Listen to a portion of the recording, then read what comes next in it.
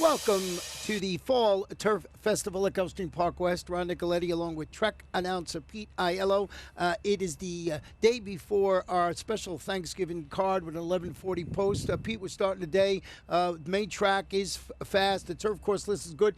Intermittent light showers here this morning. Absolutely. It's the first of our last 4 days of the Fall Turf Festival. We close it out on Saturday. Remember, early post time tomorrow of 11:40, and then an early post time to close the season on Friday and Saturday afternoon. Post time 12 o'clock. That's to accommodate 11 races scheduled. Yeah, and we have a nice carryover in the Rainbow Six, which starts in race number 5 today, $55,000 plus. So looks like it's starting to build. And if you're not aware right now, closing day, of course, if it's not hit by then, mandatory payouts and all the bets here. One meet ends, and then a week later we'll start the championship meet over at Gulfstream Park on December 5th. But today we're dealing, as I said, with a fast main track and a good turf course. And Pete, a couple of things that we're going to talk about that are tweeting around the country, and one of them talking about Gulfstream Park and the championship meeting. Well, we have a better, faster, stronger experience. The all-new GulfstreamPark.com website, including free ringtones and more. So you can get maybe you can get one of your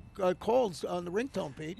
Somebody actually tweeted that. I told them that he had to go to the Opelika flea market for that because Mr. Comas would be far more in demand than me. But that has already actually been tweeted with the aforementioned tweet there. So we'll get one of Pete's calls over there, and maybe whatever's on there. It's good to see. Go check it out. Ringtones, more. There's lots of good stuff going on. Other thing I wanted to tweet out, not only are we running tomorrow on Thanksgiving Day, but our sister track Laurel is running, and they have 3 carryovers on Thanksgiving morning for there, and that's on the Super High 5, the Rainbow 6, and the Pick 5. So triple carryover day at Laurel. Their post 11:05.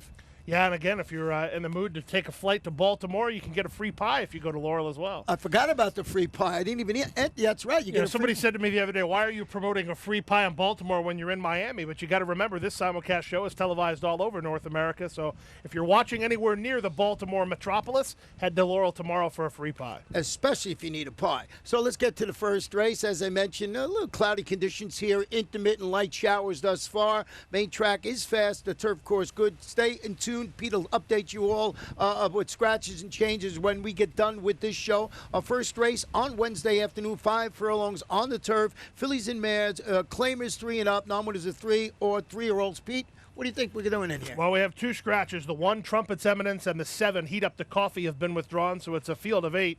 This race lacking in the pace department. Miss Deja Vu tries the turf for the first time. She did not make your top 3. You went with Lakeview Lady, second start over this course. Yeah, this one is dropping to the $16,000 level after shipping in from Saratoga and into the David Fawkes barn, finishing a useful 6th, beaten 4.5 lengths. That was against $20,000 claimers at the distance, and I think she should improve a second trip over the course. Certainly a good angle. Once they get one over the course, they usually improve in the second start over. Good connection, shipping in, a logical spot in there, Pete. Has an inside draw. The horse she used second, Blavatsky, came back to win, going 5 furlongs over the turf last time out. She had only been 5 furlongs prior to that race. One time, she was a flying second in her career unveiling. Last time out, she took advantage of a paceless setup. Paco put her on the engine and then held sway to outfinish the favorite that day, My Little Darlings. You think she has a chance to repeat today? Yeah, I mean, she's stepping up against these 3 lifetime types after using, as you mentioned, her speed. She defeated the 2 lifetime runners going 5/8. Course was firm that day. Antonio Sano, Paco Lopez going for 2 in a row. Peter closed it out with the 6 in there. Some Roar is another trying 3 lifetime competition after stalking last time out about 5 wide. Then drew clear to defeat $16,000 2 lifetime claimers. So crosstown at Gulfstream on October 1st. It's a daughter of Insummation, and I think this one sits the trip behind a lot of speed in this race. I thought there was some speed in this race. Maybe this one will cut sit a nice trip. Some of the starts taken out with the scratch of the 1, Trumpet's Eminence, who figured to gun from an inside gate. Very competitive race to start the day. We'll move now to race number 2. Second race of the afternoon is the start of the 50-cent early pick 4. Heavy favorite on the morning line in number 2, Starship Lisa. These are $6,250 claimers going the flat mile. Starship Lisa freaked last time out. It was a career best buyer for her and a 13-length score. Does she look like she's much the best winner today? I don't know about even money on the morning line. This one's going to try and make it 2 in a row. As you mentioned, she proved she could handle these open claimers when she drew off to win. She won the race by 14 lengths at this level and distance. Steve DeMauro, Vicente Guidel going for 2 in a row. Sure was a nice performance last time out. Well, there is a scratch in here, scratch number 3, Senor Dubai. So there's just a field of 5. If there's a chink in the Starship Lisa armor, it's that Senor Dubai was expected to be on or near the lead. Now there's less pace in the race, but just strictly on recent form, she has to be the one to beat. Oh, yeah, and number 4, Distinctly Sweet, who defeated Starship Lisa when going a one-turn mile at Gulfstream. That was back on September 4th and was a distant second to her last time out. We'll try and win the rubber match today. Third start over the surface. She has yet to finish off the board. 3 starts, 1 win, 2 seconds. This looks like the maybe a cold exacta stab. Yeah, Distinctly Sweet is a horse that just can't carry her speed going a 2-turn mile, at least not yet. She ran last time out over this 2-turn mile, finished a good second, but she was beat a long way by the heavy favorite. Yeah, with the 5-horse feeling, I just threw in the 5 Resentment. If you're looking to bet an exacta box, maybe use another horse, drop into this level on the dirt, followed a claiming score on the Monmouth main track, ran 5th, going a mile at 16th. That was a good turf. Jose Ferrer would be in the saddle in the number 5, so the old turf to dirt move. Resentment was 1-2 and winning 2 back at Monmouth. She did it from off the pace. Her races prior to that, she did show a pretty quick first gear. She was actually in front in a couple of those races. So, again, with just the 5-horse field, there needs to be pace to chase for Starship Lisa. Not a lot, because a horse like Golden Empress will just kind of be plodding along. But Divining and Distinctly Sweet and Resentment, they certainly have to do each other some favors to beat the heavy favorite in the start of the early pick 4. Let's turn our attention now to the third race. The third race is on turf. 5 furlongs the trip. Non-winners are 2 the category. They're in for $12,500. A scratch of number 7, Love Dakota Style, who was accorded a big chance on the morning line. Did you like that horse, and does this race open up now with that scratch? 1, no. Did not like the horse. Did not have on a ticket. 2, I went with the number 1, and that is My Corinthian. This one is a grade 3 stakes play son of Corinthian. 2 for 2 in the money, sprinting on the grass, but plummets today to the $12,500 level. The first race back from an almost 2-year layoff, so I'm doing a little bit of a guessing game here.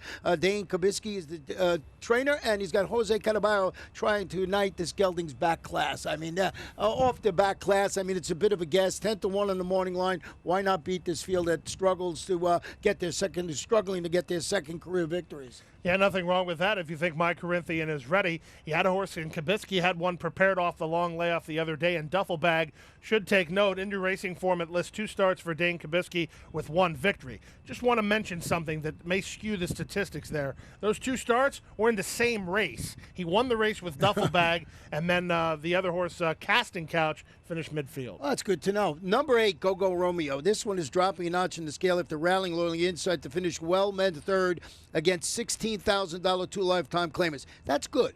The obvious concern is the 1 for 27 record. This one likes to finish second or third in the races. So Go Go Romeo, I'd put it in my second spot in here. Other horse you used is Barik Wanier. Barik Wanier also 1 for 14 lifetime. Of course, that's the nature of this non-winners of 2 category. At this level, you have horses that are trying to break through and get that elusive second victory. So understand your logic taking the horse off the long layoff.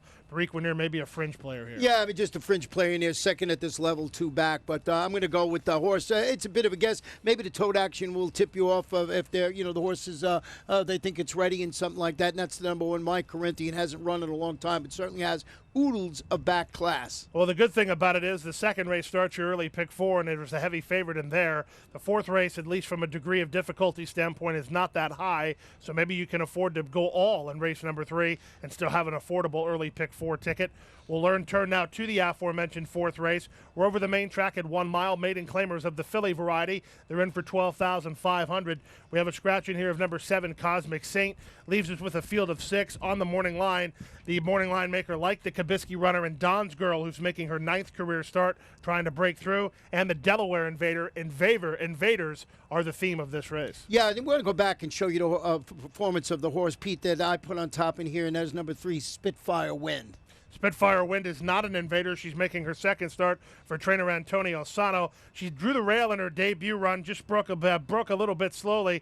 Then it's down inside. There's a horse backing up in her face. You can see it there. Zayas is trying to figure out which way he wants to go with her. Really no place to go. Kind of stymies what little momentum she had going as he has to alter around a tiring rival and expect some drama. You see it there, no really place to go. Was 1 paced up until that point and then just continued at a 1 pace to run on to finish 6th in the debut. Still managed managed to beat 5 home in there, but all in all, it was a learning experience, I think, for Spitfire Wind. Now gets a 2-turn journey, and I think that being by Arch, that should that should be a good thing. Yeah, and that's exactly how I saw it. I thought the breeding alone bred to respond favorably to the added distance. Our leading trainer at the Gulfstream Park West Meet is Antonio Sano with 16 wins.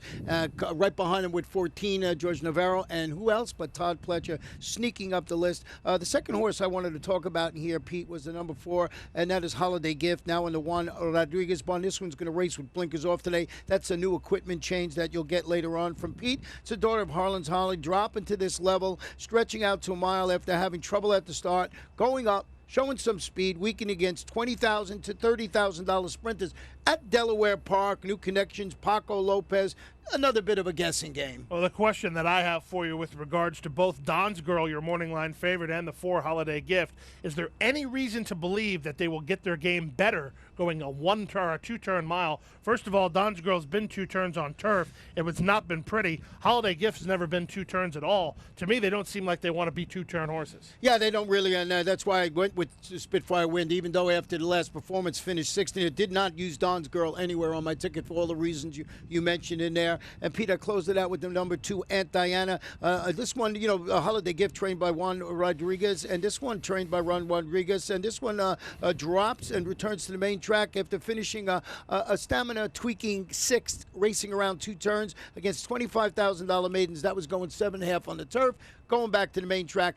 This race wide open as far as I can see. Only on South Florida, and only will Ron Nicoletti give you the phrase stamina tweaking. That's a Ron Nicoletti exclusive as we turn our attention now to the 5th race. The 5th race is a 7.5 furlong turf race. Non-winners are 2, the category, $8,000 the level here. A lot of horses in this race take turns beating each other, but they don't take turns beating each other for the victory. Do you have a horse that you think is a breakthrough type performer today? Well, number 6, Premier Dame is dropping to this $8,000 level. The first start since rallying from 9th and last to get beat only 2 lengths. That was against 12-time, 2 lifetime claimers going 7.5 furlongs across town at Gulfstream Park on that turf course. Daughter of Pioneer of the Nile, and I think this one sits a perfect trip off the abundance of suspect speed in this field. Well, this race starts the 20-cent Rainbow 6 this afternoon. We have that big carrier over going in, but this race is tricky in terms of that. I think you can't really hang your hat on too many as being confident in here. This isn't a race where you go too deep. No, I don't know what the morning line was on this one, 5-1 or something. Premier Dame is 8-1 on the morning line. 8-1 on the morning line. So now, just with that, I'm not going to single it. Number 12, Patrina's Love, is another drop into this $8,000 level. First start since pressing the pace, flattening out versus 12-5, 2 lifetime types, going 7.5 furlongs on the grass. That was October 8. Giuseppe I. Sidernia,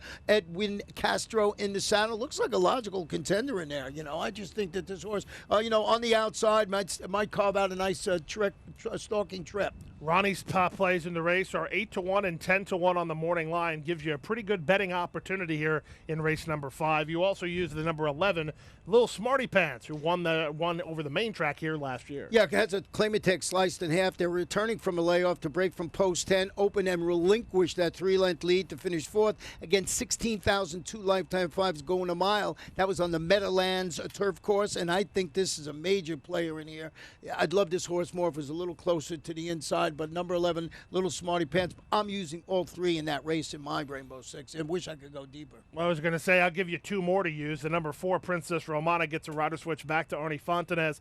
Arnie had done very, very good work on Princess Romana. She's a lifetime non-winners of 2. She's had a lot of opportunities to get that elusive second victory, but so have a lot of other horses in here, including Redwater, who didn't have an optimum trip last time out. She breaks from post number 2 with a return call from Boca Chica. Those 2 horses have to improve a little bit, but they both have a chance and a wide open start of your Rainbow 6. Yeah, that's for sure. I mean, that is one. It's they're all evenly matched in there. Yeah. It's tough to really grab someone and say this one. But noticing that we didn't use the morning. Oh, I didn't use the morning line anywhere on my ticket. Well, race number 6 doesn't get any easier. There's only 7 in the race number 6 as we go 7 furlongs. Nominators are 2 for $6,250. However, of all 7 that are in here, there's not a huge delineation between the morning line favorite and the longest shot in the race. Ronnie, you went with Came Up Rosie. She showed speed last time, which is not her game, but that was because she was trying to hold off a heavy favorite and eventual winner, Allison Trixie. Well, I think she should go to school on that last performance and save something a little bit more for the stretch run after surrendering that we mentioned early 3-length lead to finish second at this same level in distance. And I just thought off that performance, this one deserved to call, my top call in the race. Well, she won't be on the lead today. That speed will be provided either from the outside in the 7 Sweet Hall or from the center in the cutbacker Coquitona. Both of them are fast. Coquitona managed your second spot last night. This one is turning back to 7/8 after setting the pace. As you mentioned, it got caught late when finishing second going a mile against similar. Louis Duco is the trainer. Marcos Menendez handling the turn back today to a sprint. Going to be one of the speeds in there.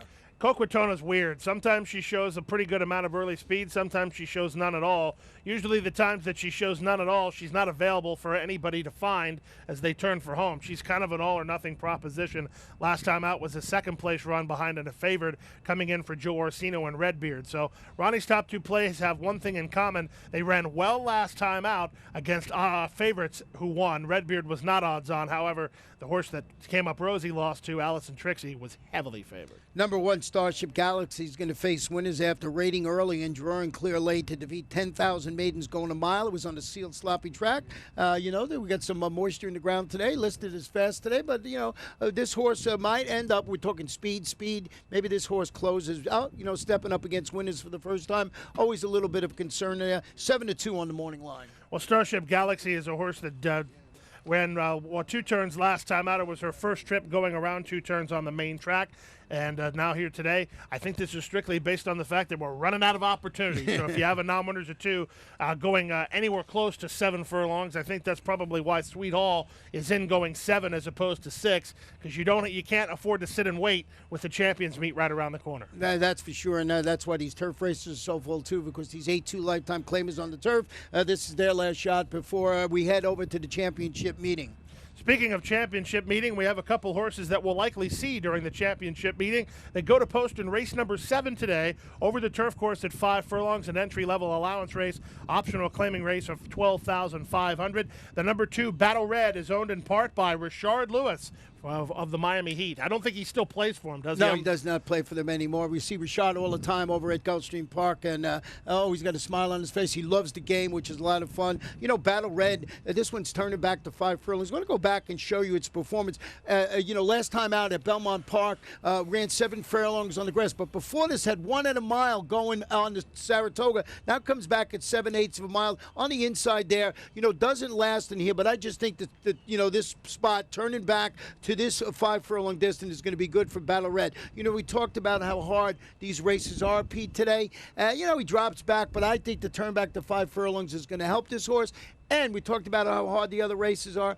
I'm going to tell you what, I'm singling this horse today in the Rainbow 6. Well, I wouldn't argue with you. I mean, he looks much the best horse on form. He certainly has the most class in the race coming in for Pletcher. He's never been 5 furlongs. It's fascinating to me. A horse with as much speed as him, he's never really just had an opportunity, because up north it's usually 5.5 that they run. Battle Red gets 5/8 here today. And he also faces a field that, at least on paper, it looks like he can control from the outset speed-wise. Yeah, that's the way I saw it, too, in here. Number 8, It's Time to Laugh, will race for a $12,500 tag in this optional claimer after notching its 3rd consecutive victory when defeating $20,000 claimers here at the distance last time out. Spoke to Dave Casson, the trainer, after this race, and he was as surprised as anybody else that this one won 3 in a row. And he said, boy, this horse really loves it here. They'll be ridden by MSCL Jaramillo. So this horse, a little bit of a horse for course play, and it's just been on the tear. No matter where they put him, he seems to run okay. Well, it's fascinating. It's the old adage, don't fix it if it's not broken. It's Time to Laugh. A lot of his career success before he got on this win streak was going 5 furlongs over the turf.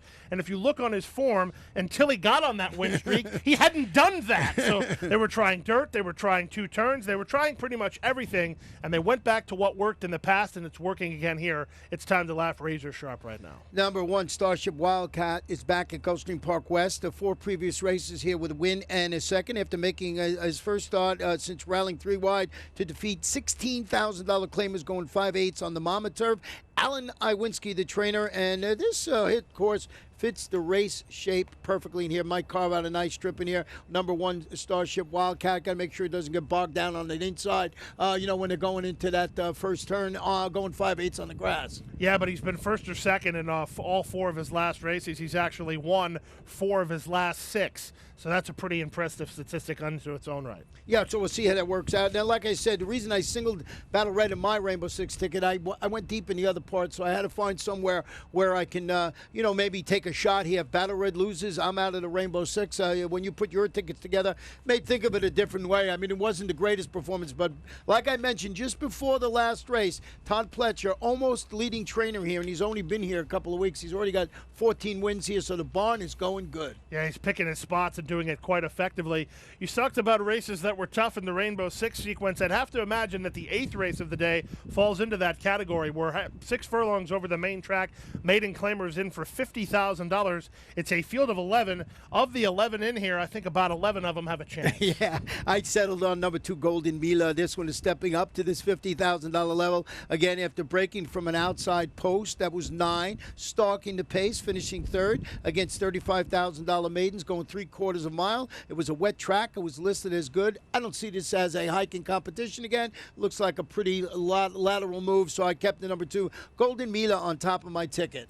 Well, a guy that's been having a sneaky good meeting so far at Gulfstream Park West is trainer Giuseppe I. DeCernia. He sends out first-time starter number 6 along the trail. Amaciel Jaramillo has the call here. You use this horse on your ticket. This horse will be a good price. Yeah, this one is a daughter of Fleet Alex, debuting for the Connections Pete just mentioned. Series of consistent workouts showing up at our satellite training facility, Palm Meadows. The $60,000 Keeneland yearling sale. I don't know if it was yearling. I think it was a 2-year-old sale.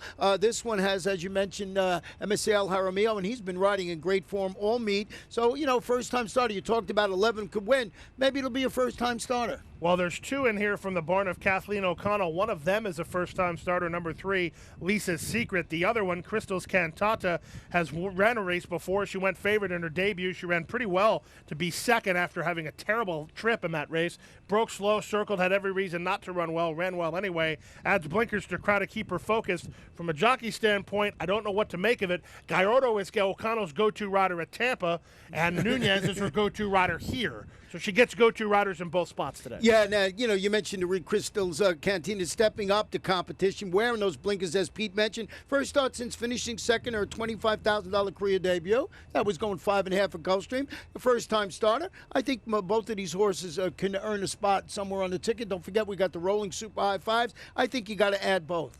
Very, very tricky race. Race number 8, start of the late pick 3. Start of the late daily double is another race that's kind of tricky. Moen Mile over the turf course, $8,000 the category. If you're 3-year-olds, you can run wide open. If you're an older horse, you had not won 3 here.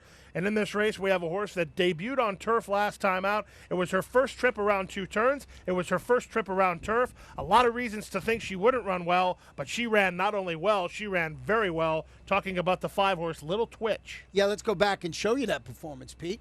Number 5, Little Twitch, is off cover there. She was tracking New York Jackie, and then Panici tipped her into the clear right about the time we showed you at the 5/16. She moves up alongside, and Princess Romana, who's in a race earlier today, is up alongside her, racing up on 3rd position there. But at the top of the stretch, Little Twitch, who was 16-1, by the way. Does this look like a 16-1 performance? Certainly not. She kicks it into another gear and finishes very, very well, defeating Pat M's Image and Princess Romana. The reason why that's relevant, both of them are in earlier today.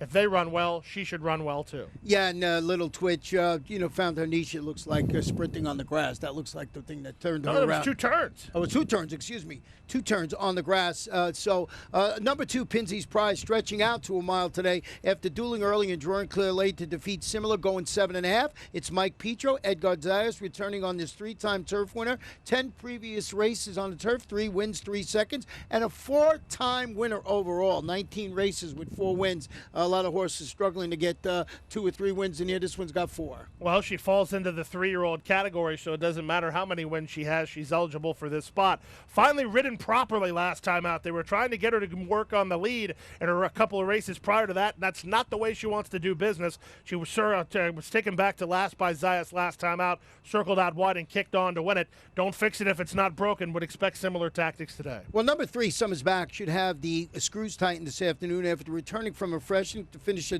definitely needed second, despite the fact she lugged out a little bit on the first turn, Pete, at this level and distance. Boy, this barn, not many starters here, have been doing very, very well. Another barn that's having a sneaky good season, trainer Francisco D'Angelo won with Belsize Park just a few days ago. Yeah, so I used that one on my ticket. I mean, I just think that last race was definitely, as we say, a screw tightener. Well, we have a new rider in the colony that picks up a call in that race. The 13 Tartaletta, make the rider Raul Mena. I don't know where Raul has been tending bar, but we're certainly sure he did a heck of a job. You don't know where he's from? No. You know everything. How could you not know that? No, he's new. Victor Sanchez, our clerk of scales, told me that he's new. And that means that I don't even think Victor knows. But we'll see how he does. He makes his South Florida debut on 13 Tartaletta in race number 9. Speaking of 13 and then some in the final race of the afternoon, 7.5 furlongs over the turf course. We actually have 13 of them going to post. 7.5 furlongs over the turf. As I mentioned, we have 3 scratches. Scratch the 6, 7, and the 15. The 16 is in at this point in time. And talk about a tricky race to end your day. Super High 5 available in this race as it is throughout the afternoon. Also $5 Quinella wagering. Degree of difficulty here, Ron's got to be pretty high. I went the easy way out. I went with the Todd Pletcher trainee. This one is the number 10, Sing Me a Song, Bella. Dropping to this $25,000 level. Turning back to 7.5 furlongs. Set the pace. Faded badly, but that was $75,000 maidens going a mile in the 16th on the Belmont turf. Go-to jock, local go-to jock, Todd Pletcher, been using Ed Garzaez and Eddie Castro. So Ed Garzaez, our leading rider in here by many. He's got 43 wins going into today. So he really has exploded in the win column. So I went with Pletcher and Ed Garzaez with the number 10, Sing Me a Song, Bella. Sing Me a Song, Bella has beat a total of 3 horses in her 2 races, but she's never been in this cheap. Yeah, and I think that's where I went there. It's a wide open affair. What about the 2 high-heeled, has a claiming tag carved right in half today after racing without the blinkers this afternoon after failing to respond favorably to the addition of the shades last time out. They put them on, they're taking them right off. Dave Brady has Miguel Vasquez named to ride. Well, she does, so from a buyer standpoint, she does have an improving buyer pattern, so you have to think that at least she's headed in the right direction. Number 12, Panetta, dropping a notch and breaking from that outside, one of the outside posts, like Pete mentioned, is like 14 horses in this race, or 13. And this one is breaking from one of those outside spots with the ideal stalking style, needed to capitalize on all the pace that breaks to her inside. Antonio Sano, the trainer, Tyler Gaffleone in the saddle, a couple of scratches to the inside, certainly going to help the number 12 Panetta in there, and Tyler Gaffleone certainly another thing that will help this horse, maybe if not win it, certainly be on the rolling Super High 5 ticket. One of 2 horses for the Sano shed row in this race, the other being the 5 of Fleet Honey, who gets a rider switch from Jaramillo to Paco Lopez. Also should mention that Kabisky has a first-timer in here. He's very, very good with first-timers. It's the 14, that's the problem, the 14 hole going 7.5 furlongs over this turf course. Jose Caraballo has the call talking about the 14 Calm. Be interested to see how her tactics are. I don't think from that outside gate she can afford to be very calm. I'm telling you what, Pete, one tough card to handicap today. But it makes for a good betting card. 10 races on the program here this afternoon. Carry over in the Rainbow Six. Looks like a great betting card here this afternoon.